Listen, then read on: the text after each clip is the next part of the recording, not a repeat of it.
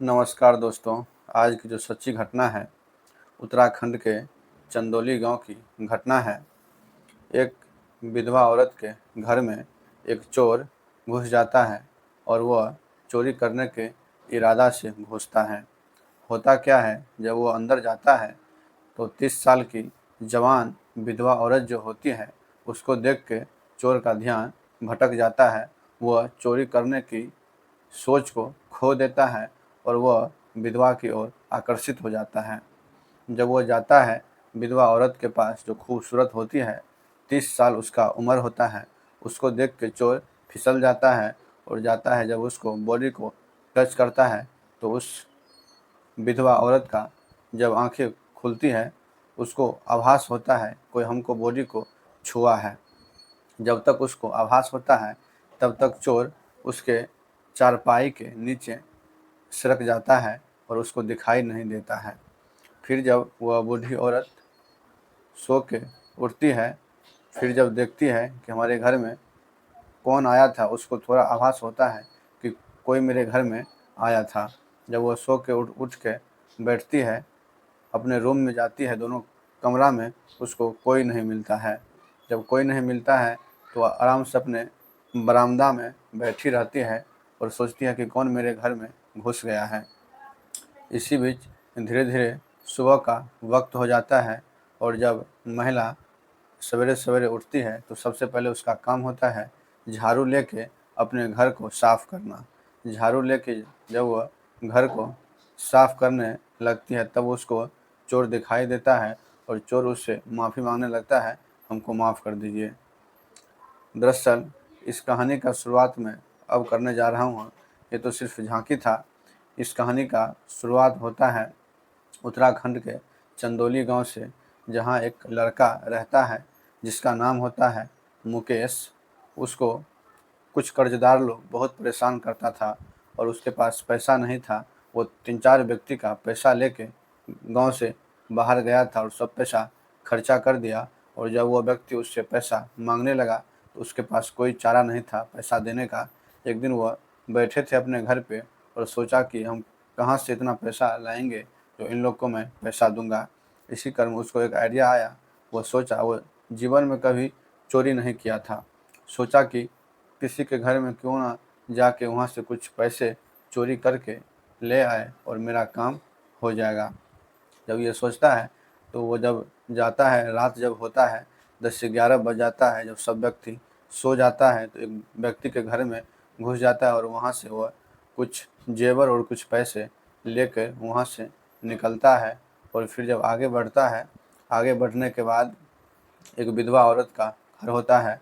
उस घर में जब वह विधवा औरत के घर में घुसता है और वहाँ चोरी करने की नीयत से जाता है, और लेकिन विधवा औरत अपने रूम को छोड़कर बरामदे में सोई हुई रहती है।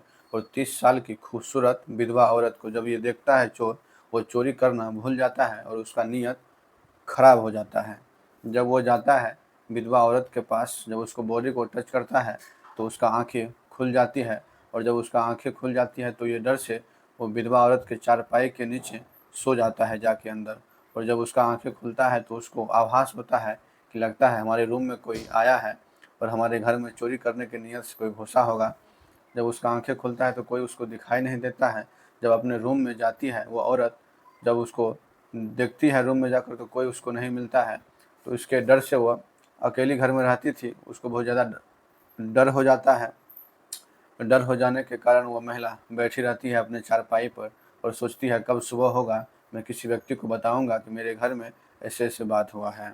जब सुबह होता है तो सुबह होने के बाद सबसे पहले वह औरत जो होती है विधवा औरत, उसका काम होता है घर का सफाई करना। जब वो झाड़ू लेके घर की सफाई करने जाती है तो देखती है कि वह चोर उसके चारपाई के नीचे गहरा नींद में सो जाता है।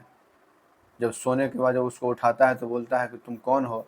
तो उसको पैर पे गिर जाता है। चोर बोलता है हमको माफ़ कर दीजिए, हम आपके घर में चोरी करने आए थे। जब ये चोरी का नाम सुनती है वो औरत, वह सोचती है फिर हमारे बॉडी को कौन टच किया था, हमको आंखें खुल गया था तो हमको कोई दिखाई नहीं दिया, तुम इसी चारपाई के नीचे कैसे सो गया, तुमको डर नहीं लगा कि अभी मैं जाता हूँ सबको बोलने, गाँव वाले को तुमको पीटेगा सब। इतना बात जब बोलती है वो औरत, उस चोर को बहुत डर हो जाता है, सोचता है हमको सब मार देगा पीट पीट के। और इससे पहले भी एक घटना हुआ था 1 मंथ पहले, एक चोर को वहाँ के ग्रामीण सब मार के मार दिया था पूरे पीट पीट के। इसी कारण में सोचती है वो औरत थोड़ा दयालु होती है, सोचती है किसी का बेटा होगा, किसी का हस्बैंड होगा, इसका नीयत थोड़ा ख़राब हो गया, चोरी करने के मंशा से आया, हम काहे इसको मरवा दें। तो वह किसी को नहीं बोलती है ठीक है तुम मेरे रूम में चला जाओ, मैं तुमको बाहर से लॉक कर देता हूँ, जब आदमी कोई नहीं जाएगा ऐसे होकर तुमको मैं रूम से निकाल दूँगी। तो इतना बात सुनता है चोर को, और पूरी तरह से डर जाता है कि लगता है हमको रूम में बंद करके ये हमको फंसा देगा, लेकिन ऐसा कोई बात नहीं होता है। जब सुबह होता है 3-4 महिला आती है इसके घर के तरफ बाथरूम के लिए, सब जाती है, पहाड़ी इलाका होता है उत्तराखंड। उस महिला का नाम रूबी था। तो 3-4 महिला जब आती है उसको बोलती है रूबी ऐसे बात है, गाँव में पूरा हल्ला हुआ है, चोर आया था, एक आदमी के घर में चोरी किया है, कुछ जेवर और कुछ पैसा। तो उसको शक हो जाता है, लगता है चोरी किया है कहीं और उसके बाद मेरे घर में आया। तो वो बोलती है नहीं बहन, हम नहीं देखे किसी चोर को, अगर हम देखेंगे तो हम आपको बताएंगे। बोला कि ठीक है, अगर कोई अनजान व्यक्ति देखे अपने गांव में तो तुरंत इन्फॉर्मेशन करना किसी व्यक्ति को। बोला ठीक है बहन। तब वो जाती है, साफ़ सफाई करके आंगन को अपने घर में जाती है और उसको बोलती है मुकेश को, मुकेश तुम देखो क्या सब चोरी किया है, एक आदमी के घर में चोरी हो गया है, 3 लाख रुपया चोरी किया। बोला कि नहीं दीदी, मैं 3 लाख रुपया नहीं चोरी किया हूँ, 10,000 रुपया मेरे पास है और कुछ चांदी का पायल है और कुछ चांदी का छोटे बच्चे का कंगन है हाथ वाला। जब सब वो दिखाया तो मुकेश जब सब इसको दिखाई महिला बोला ठीक है तुम रखे रहो, जब फाका होगा तुम अपना निकल जाना, लेकिन चोरी तुम काहे करते हो, किसी का मेहनत का कमाई था पैसा जेवर। बोला ठीक है, आप अगर ऐसा बोलते हैं तो हम उसके घर में जाके फिर बाद में फेंक देंगे, अभी हमको जान आप बख्श दीजिए, बचा दीजिए। बोला ठीक है, तुमको अभी कुछ नहीं होगा, तुम चिंता मत करो। ऐसे धीरे धीरे जब वह महिला जाके बनाती है खाना वाना, उसको भी खिलाती है खाना मुकेश को। धीरे धीरे सुबह में 1-2 बज जाता है, 1-2 बजे तक बोलती है वो महिला कि तुम अभी रुको, अभी तुम बाहर मत जाओ, थोड़ा शाम होने दो, उसके बाद तुम निकल जाना। शाम होता है, शाम होने के बाद महिला बोलती है इसको तुम जहाँ से ये लिया है जेवर और पैसा तुम वहीं जाके फेंक देना, उसको वापस कर देना, ये सब देखो अच्छी बात नहीं है। बोला कि ठीक है, हम जाकर वहाँ फेंक देंगे। फिर महिला बोलती है तुम मेरे घर आए थे चोरी करने के लिए, तो हमको काहे टच किया। बोला कि हमसे गलती हो गया, अब ये गलती मैं अब कभी नहीं करूँगा, जीवन में कभी नहीं।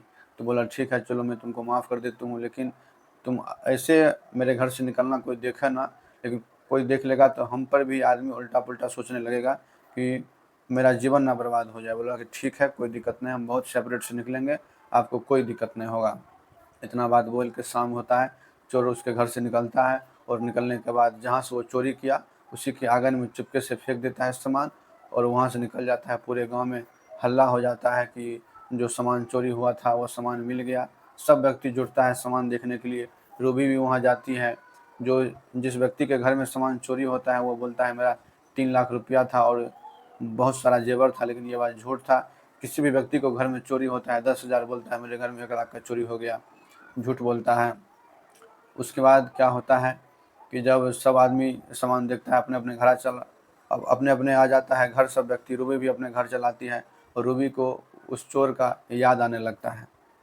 बहुत ज़्यादा सोचता है कितना कैसा इंसान था, मेरे घर में घुस गया और हमको टच कर गया, हमको कुछ नहीं किया, मेरे चारपाई के नीचे सो गया और फिर शाम में चला गया। ऐसा होते होते 5-6 मंथ हो जाता है, एक दूसरे को दोनों याद करने लगते हैं। ऐसा ही साल जब बीत जाता है, एक दिन अचानक रूबी को मुकेश मिलता है मार्केट में। तो रूबी को लगता है, रूबी उसके प्रति इतना आकर्षित हो जाती है, लगता है कि उसको जाके गले लगा लेगी रूबी, लेकिन ऐसा कुछ नहीं होता है। रूबी अपने आप को सहज महसूस करके अपने आप को रोकती है और जाके पूछती है मुकेश कितना दिन कहाँ थे तुम, हम भी तुमको बहुत मिस कर रहे थे। मुकेश बोलता है कि मैं भी आपको बहुत मिस करता था।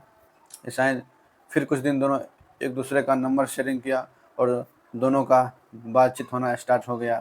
ये कहानी 2021 का है और 21 से दोनों बातचीत करना 22 से दोनों बातचीत करना स्टार्ट करता है। अंततः दोनों शादी कर लेते हैं और अपने रिश्ते में बंध जाते हैं। यही कहानी का अंत हुआ। और आप लोग को ये कहानी कैसी लगी, आप लोग अपना राय कमेंट बॉक्स में अवश्य दें और इस कहानी को आगे शेयर कर दीजिए। और ये कहानी आपको अच्छा लगे तो हमारे चैनल को सब्सक्राइब कर दीजिए। इसी के साथ जय हिंद, जय भारत।